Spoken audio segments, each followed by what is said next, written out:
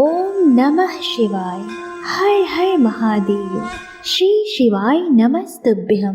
प्रिय भक्तगणों, आज मासिक शिवरात्रि पर मैं आपको अत्यंत ही दुर्लभ और मनोहर मासिक शिवरात्रि की व्रत कथा को सुनाने जा रही हूँ। अतः आप सभी भक्तगणों से मेरा अनुरोध है कि अंत तक इस कथा को पूरी श्रद्धा के साथ सुनिएगा, और अगर आपको ये कथा अच्छी लगे तो वीडियो को लाइक और शेयर ज़रूर करिएगा। चैत्र महीने के कृष्ण पक्ष की चतुर्थी तिथि को मासिक शिवरात्रि का व्रत रखा जाता है और वर्ष 2024 में मासिक शिवरात्रि 7 अप्रैल को पड़ रही है। मासिक शिवरात्रि का यह पर्व भगवान भोलेनाथ और माता पार्वती को समर्पित होता है। भगवान भोलेनाथ के साथ माता पार्वती की कृपा पाने के लिए भक्तगण इस दिन पूरे विधि विधान के साथ और पूरी श्रद्धा के साथ भगवान शिव और माता पार्वती का व्रत रखते हैं और पूरे विधि विधान से उनकी पूजा करते हैं। साथ ही व्रत रखकर इस व्रत कथा का श्रवण अवश्य करते हैं। मान्यताओं के अनुसार मासिक शिवरात्रि के इस कथा के श्रवण मात्र से ही भक्तगणों पर भगवान भोलेनाथ की कृपा बरसती है और उनके जीवन से सभी कष्ट दूर हो जाते हैं। साथ ही उनकी सभी मनोकामनाओं को भी भगवान भोलेनाथ पूर्ण करते हैं। अब आप सुने मासिक शिवरात्रि की व्रत कथा को। इस कथा के अनुसार एक बार शौनकादिक ऋषियों ने सूत जी से पूछा कि हे प्रभु, पूर्व काल में किसने इस उत्तम शिवरात्रि व्रत का पालन किया था और अनजान में भी इस व्रत का पालन करके किसने कौन सा फल प्राप्त किया था। तब सूत जी कहते हैं कि हे ऋषियों, आज इस विषय में मैं एक निषाद का प्राचीन इतिहास आप लोगों को सुनाता हूँ, जो सब पापों का नाश करने वाला है। इस कथा को आप ध्यानपूर्वक सुने।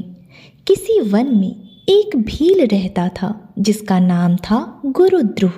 उसका कुटुंब बड़ा था और वह बहुत बलवान और क्रूर स्वभाव का था। क्रूर स्वभाव होने के कारण वह हमेशा ही क्रूरतापूर्ण कर्म में तत्पर रहता था। वह प्रतिदिन वन में जाकर मृगों को मारता और वहीं रहकर नाना प्रकार की चोरियां करता था। उसने बचपन से ही कभी कोई शुभ कार्य नहीं किया था। इस प्रकार वन में रहते हुए उस दुरात्मा भील का बहुत समय बीत गया। तदंतर एक दिन बड़ी सुंदर एवं शुभ कारक शिवरात्रि आई, किंतु वह दुरात्मा घने जंगल में निवास करने वाला था, इसलिए उस व्रत को वह नहीं जानता था। उसी दिन उस भील के माता पिता और पत्नी ने भूख से पीड़ित होकर उससे याचना की कि हे वनीचर, हमें खाने को दो। उनके इस प्रकार याचना करने पर वह तुरंत धनुष लेकर चल दिया और मृगों के शिकार के लिए सारे वन में घूमने लगा। दैव योग से उसे उस दिन कुछ भी नहीं मिला और सूर्य अस्त हो गया। इस कारण उसे बहुत दुख हुआ। वह सोचने लगा, अब मैं क्या करूं, कहाँ जाऊं? आज तो कुछ भी नहीं मिला। घर में जो बच्चे हैं उनका तथा माता पिता का क्या होगा? मेरी पत्नी की क्या दशा होगी?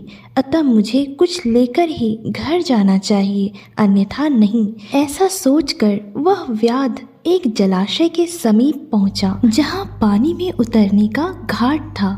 वहां जाकर वह खड़ा हो गया और मन ही मन यह विचार करता था कि यहाँ कोई ना कोई जीव पानी पीने के लिए अवश्य आएगा। उसी को मारकर कृतकृत्य हो उसे साथ लेकर प्रसन्नतापूर्वक घर को जाऊंगा। ऐसा निश्चय करके वह व्याध एक बेल के पेड़ पर चढ़ गया और वहीं जल साथ लेकर बैठ गया।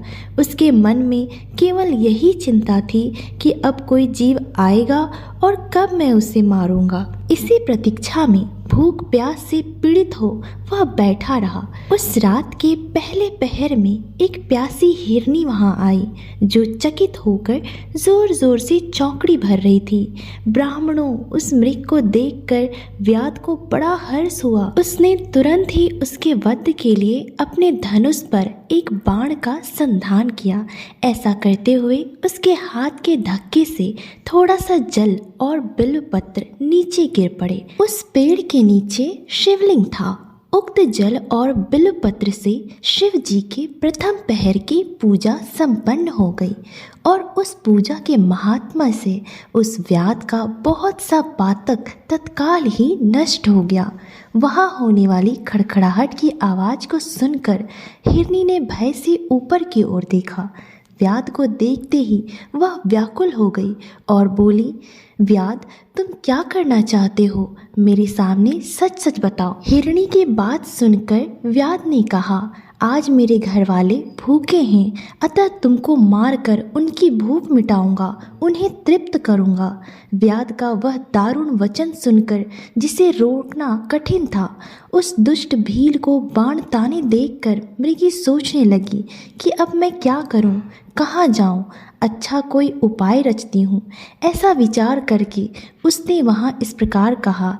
मृगी बोली, मेरे मांस से तुमको सुख होगा। इस अनर्थकारी शरीर के लिए इससे अधिक महान पुण्य का कार्य और क्या हो सकता है? उपकार करने वाले प्राणी को इस लोक में जो पुण्य प्राप्त होता है उसका 100 वर्षों में भी वर्णन नहीं किया जा सकता। परंतु इस समय मेरे सब बच्चे मेरे आश्रम में ही हैं। मैं उन्हें अपनी बहन को अथवा अपने स्वामी को सौंप कर वापस लौट आऊँगी। हे वनीचर, तुम मेरी इस बात को मिथ्या न समझो। मैं फिर तुम्हारे पास लौट आऊँगी, इसमें संशय नहीं है। सत्य से ही धरती टिकी हुई है, सत्य से ही समुद्र अपनी मर्यादा में स्थित है और सत्य से ही निर्झरों से जल की धाराएं गिरती रहती है। सत्य में ही सब कुछ स्थित है। सूत जी कहते हैं कि मृगी के ऐसा कहने पर जब व्याध ने उसकी बात नहीं मानी, तब उसने अत्यंत विस्मित एवं भयभीत होकर पुनः इस प्रकार कहना प्रारंभ किया।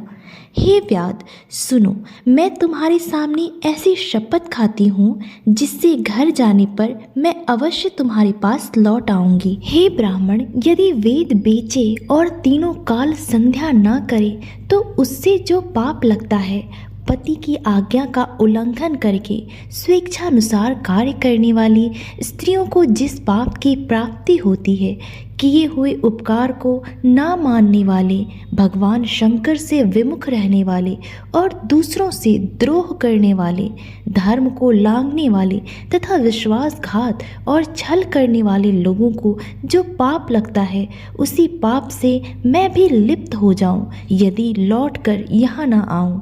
इस तरह अनेक शपथ खाकर जब मृगी चुपचाप खड़ी हो गई, तब उस व्याध ने उस पर विश्वास करके कहा, अच्छा अब तुम अपने घर को जाओ। तब वह मृगी बड़े हर्ष के साथ पानी पीकर अपने आश्रम मंडल में गई। इतने में ही रात का वह पहला पहर व्याध के जागते ही जागते बीत गया। तब उस हिरणी की दूसरी बहन मृगी, जिसका पहली ने स्मरण किया था, उसी की राह देखती हुई जल पीने के लिए वहां आ गई। भील स्वयं बाण को तरकश से खींचा।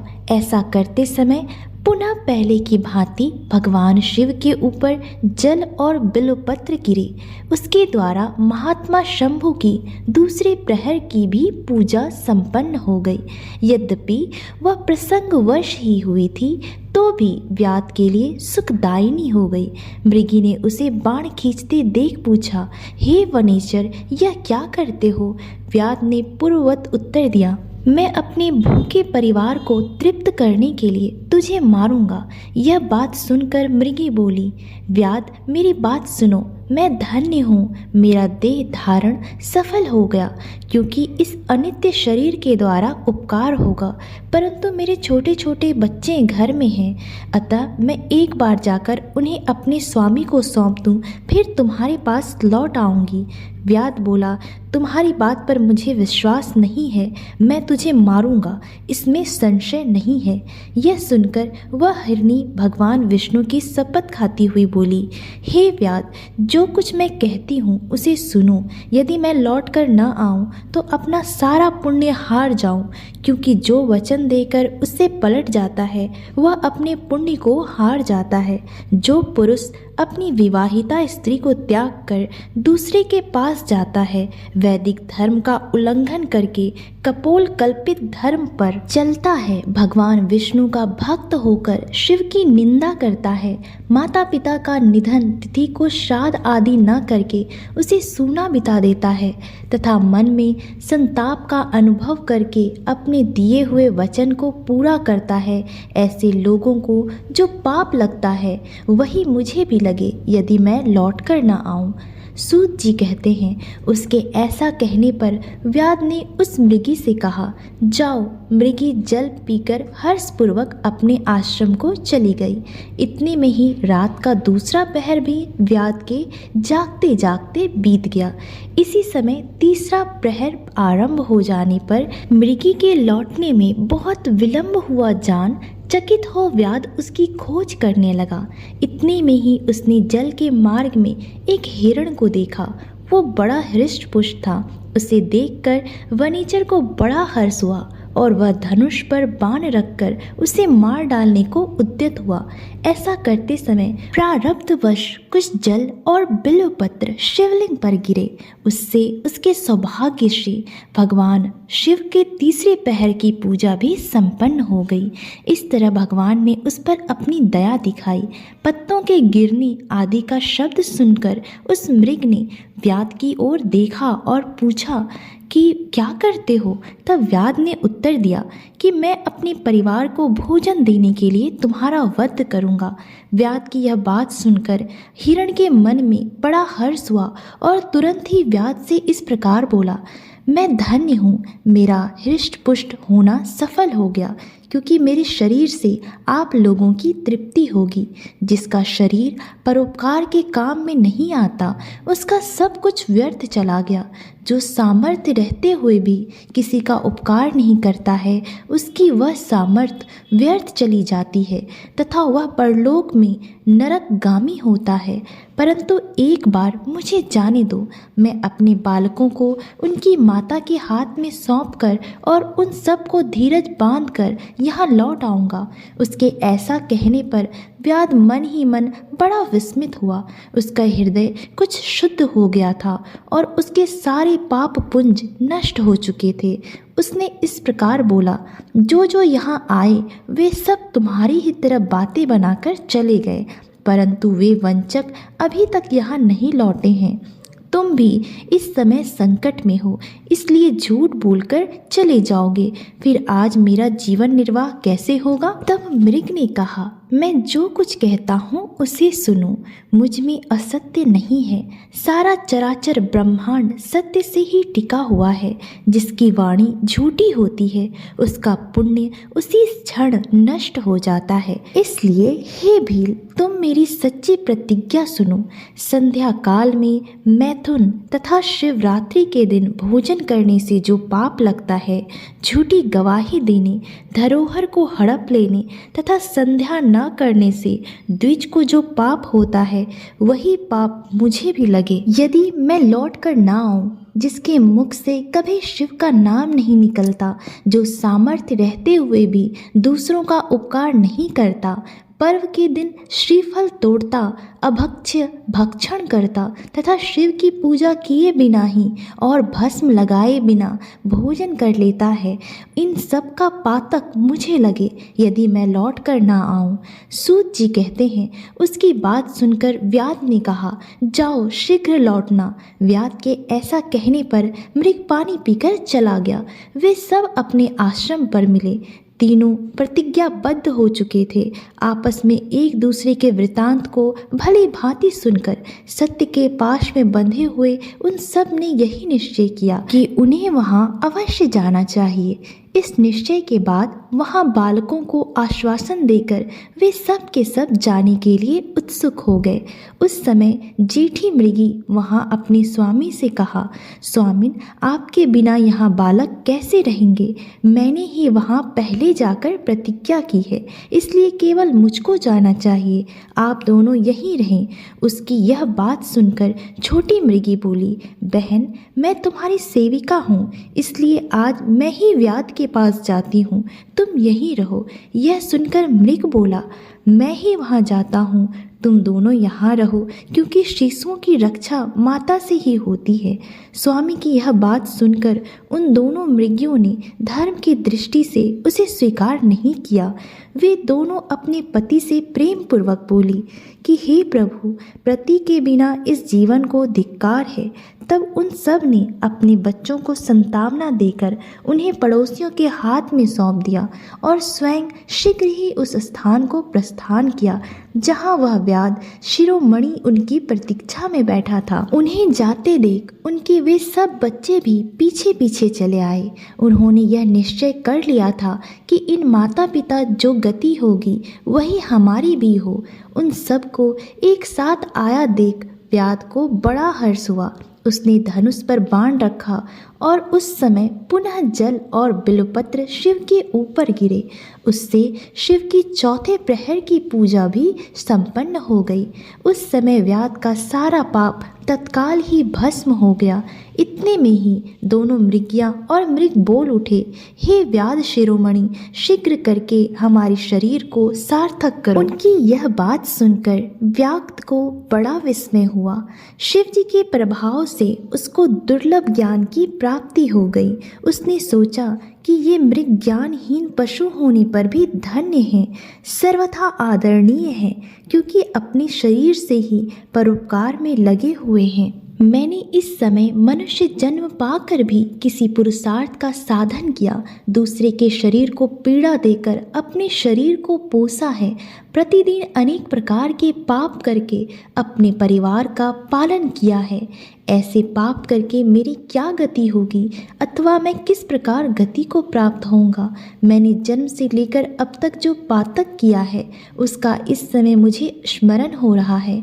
मेरे जीवन को धिक्कार है, धिक्कार है। इस प्रकार ज्ञान संपन्न होकर व्याध ने अपने बाण को रोक लिया और कहा, हे श्रेष्ठ मृगों, तुम जाओ, तुम्हारा जीवन धन्य है।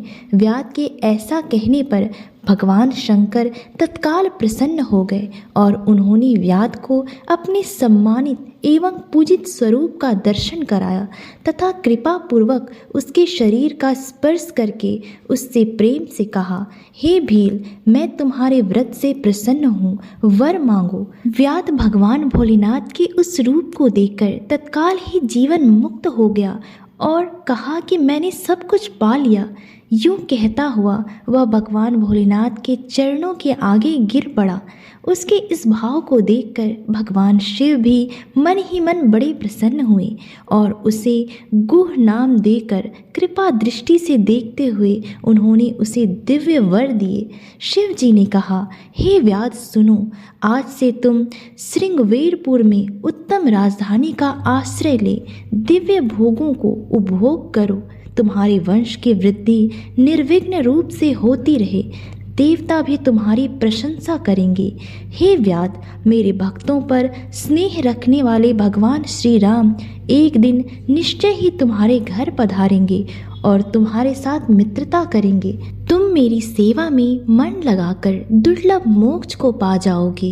इसी समय वे सब मृग भगवान शंकर का दर्शन और प्रणाम करके मृग योनि से मुक्त हो गए तथा दिव्य देहधारी हो विमान पर बैठकर शिव के दर्शन मात्र से ही शाप मुक्त होकर दिव्य धाम को चले गए।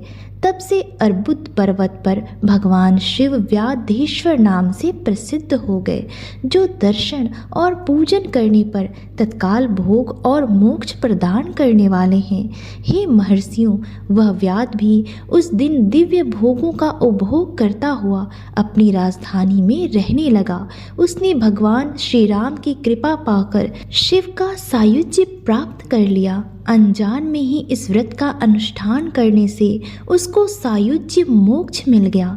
फिर जो भक्ति भाव से संपन्न होकर इस व्रत को करते हैं वे शिव का शुभ सायुज्य प्राप्त कर लें। इसके लिए तो कहना ही क्या है। संपूर्ण शास्त्रों तथा अनेक प्रकार के धर्मों के विषय में भली भांति विचार करके इस शिवरात्रि व्रत को सबसे उत्तम बताया गया है। इस श्लोक में जो नाना प्रकार के व्रत, विविध तीर्थ, भांति भांति के विचित्र दान, अनेक प्रकार के यज्ञ, तरह तरह के तप तथा बहुत से जप हैं, वे सब इस शिवरात्रि व्रत की समानता नहीं कर सकते। इसलिए अपना हित चाहने वाले मनुष्य को इस शुभतर व्रत का अवश्य ही पालन करना चाहिए। यह शिवरात्रि व्रत दिव्य है, इससे सदा भोग और मोक्ष की प्राप्ति होती है। हे महर्षियों, यह शुभ शिवरात्रि व्रत व्रतराज के नाम से विख्यात है। इसके विषय में